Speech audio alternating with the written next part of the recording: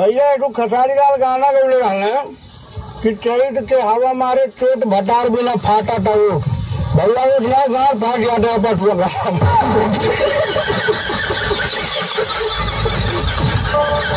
जाने तू कहाँ है?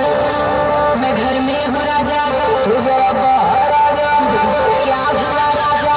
चल गया भगू हम ना जाया। कहे ना देवी, कहे की ब्यूटी मोर खराब हो जाए। कटी लगे हूँ पालिया के खिलाई हो जिली आया हरे मोहे लागे खियाई हो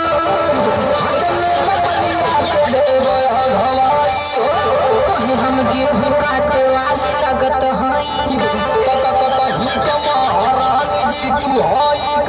लेके दहेज आइल बानी नई हारे से हाथ लतियाई के भगाई दे हम घरे से।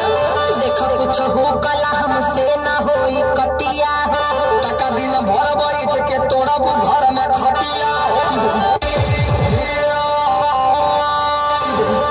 बिस्कोपरा ने चिहा के ताकत आ ई कोनो सरकारी स्कूल का फार्म ना है जे भरे खातिर तैयार बा। माई रे आ फेरू आ गए। बाबू मुझे कभी धोखा मत देना, हो सके तो टाइम टू टाइम पप्पी देना।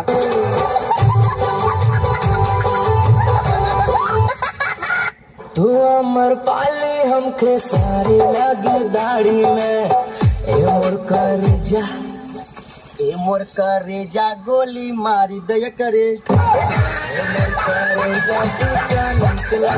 साड़ी में।